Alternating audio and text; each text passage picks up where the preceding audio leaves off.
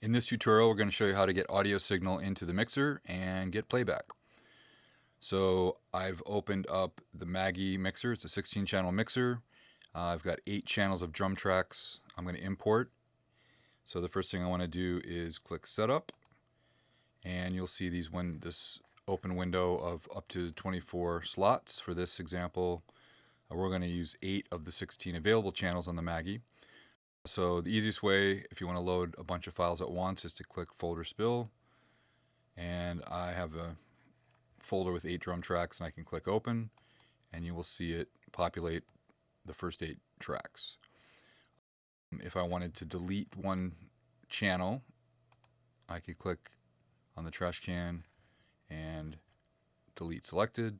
If I wanted to open one audio file individually, I can click the Open button on the channel, and I'll reselect the one I deleted to replace it.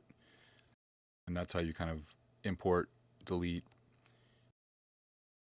and I've got the 8 drum tracks ready. So now that they're loaded, this would represent your mic inputs coming into the mixer as if there was a drummer in the other room. These are those 8 channels of microphones.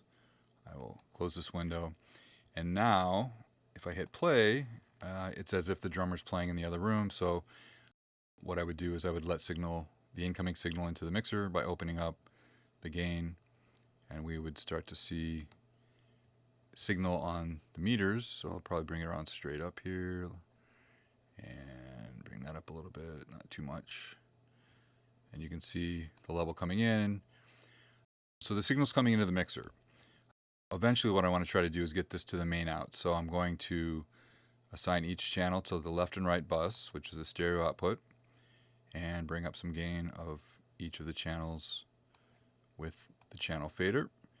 By doing this, it's sending it to the main outputs, sending it to the main mix bus, which is currently down. So if I bring up the master main mix bus there, assign to main mix, and bring up my monitor level, we will start to hear the drum tracks of channels 1 and 2.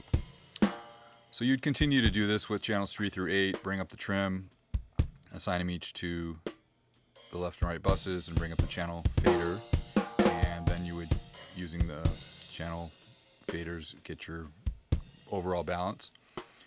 In the next tutorial, I'll show you how to use EQ and panning to get a little bit better overall sound of the channels.